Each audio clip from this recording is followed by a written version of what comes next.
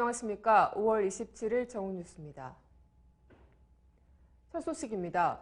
6.4 지방선거 서울시장 후보 TV토론회에 참가한 새누리당 정몽준, 새정치민주연합 박원순, 통합진보당 정태응 서울시장 후보는 안전과 재개발, 안보관 등 현안을 놓고 공방을 벌였습니다.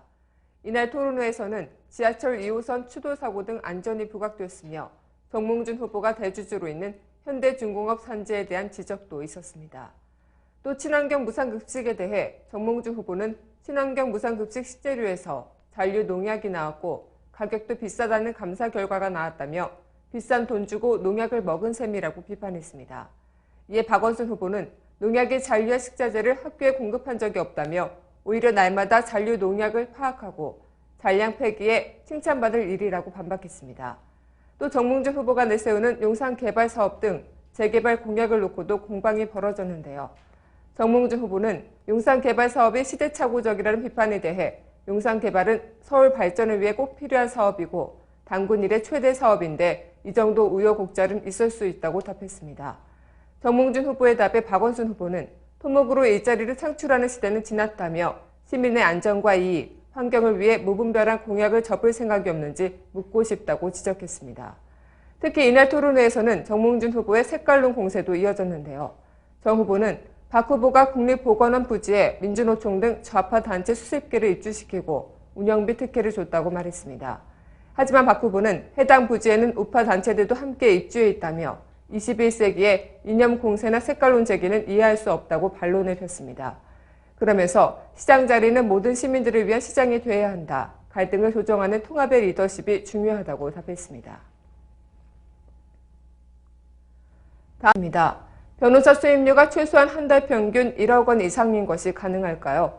전직 대법관 출신으로 정관 예우 논란에 휩싸인 안대희 국무총리 후보자가 올해에도 변호사 수임료로 최소한 한 달 평균 1억 원 이상 가량 받은 것으로 나타난 논란입니다. 특히 안 후보는 지난해 7월 서울 용산에 변호사 사무실을 개업한 뒤 5개월 동안 약 16억 원의 수입을 올린 것으로 드러나 정관 예우 논란에 휩싸여 있었기에 이 같은 논란은 더욱 파장일 것으로 보이는데요. 어제 국회에 제출된 안 후보자 인사청문 요청서의 재산신고 관련 부속 서류를 보면 안 후보자의 소송 채무 반환 액수는 총 5억 6,150만 원인데요. 이내 사건을 수임한 뒤 재판이 종결되지 않아 의뢰인에게 반환해야 하는 금액이며 구체적인 사건 내용은 따로 제출되지 않았습니다. 올해 계약한 사건면 소송 채무 반환 액수는 1월부터 4월까지 4개월 동안 총 19건, 3억 9,650만 원으로 한 달에 약 1억 원꼴로 수임료를 받았다는 얘기입니다. 하지만 업계에 따르면 수임료를 전에 반환하지 않아도 되는 경우가 있어 실제 받은 액수는 이보다 더 많을 가능성이 있는 것입니다. 이처럼 안 후보자에 대한 논란이 계속되고 있는 가운데 정관 예우 논란과 관련해 안 후보자는 어제 변호사로 활동한 이후 약 1년 동안 늘어난 재산 11억 원여 원을 모두 사회에 환원할 것을 밝히기도 했습니다.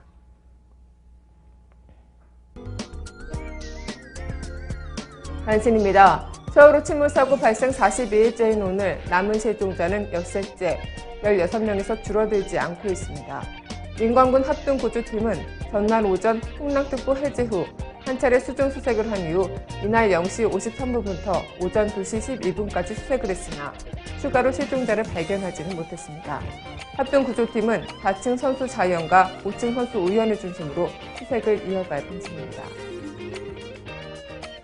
박근혜 대통령은 오늘 세월호 참사와 관련해 도피 중인 유병헌 전 세무그룹 회장의 조속한 검거를 지시했습니다. 박 대통령은 이날 청와대에서 주재한 국무회의에서 이같이 주문하며 유병헌 일가를 신속히 검거해 반드시 사법당국에서 진상과 의혹을 밝히고 위법 처리할 수 있도록 최선을 다해달라고 강조했습니다. 재난대응 관련 기관의 무선통신망을 하나로 통합하는 국가재난안전통신망 구축 사업이 11년째 추리한 끝에 내년부터 본격 시작됩니다. 정부는 세월호 참사 후속 조처로 박근혜 대통령이 약속한 재난안전통신망 구축 사업을 조기 추진해 2017년까지 구축을 완료할 계획이라고 오늘 발표했습니다. 논란이 되어온 재난안전통신망 기술 방식은 미래창조과학부가 결정하기로 했습니다. 세월호 침몰사고 국회 국정조사가 증인 채택의 순서 문제에 대한 여야 의견으로 첫발도 떼지 못한 채 진통을 계속하고 있습니다.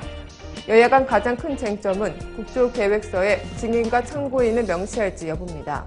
새정치민주연합은 국조계획서에 먼저 증인을 명시할 것을 요구하고 있는 반면 새누리당은 국조계획서를 먼저 채택하고 증인 문제는 국조특위를 일단 가동한 후 추후 논의하자는 입장입니다. 안대희 국무총리 후보자의 정관예우로 얻은 수입에 대한 논란이 계속되고 있습니다. 안 후보자의 변호사 한 달 월급 1억 원 이상, 황제 노역에인 황제 변호사의 등장이라고 해도 과언이 아닐 텐데요. 또 안 후보자는 정관예우로 얻은 수입을 사회에 화했다고도 했다죠. 얼마의 돈이 문제가 아니라 최고 공직자로서의 도덕성의 문제입니다. 나라의 살림을 책임질 총리 후보자인 안 후보자가 혹여나 돈으로 모든 것을 메울 수 있다는 물신주의적 인식을 지닌 것은 아닐지 우려스럽습니다. 오늘 뉴스를 마치겠습니다. 고맙습니다.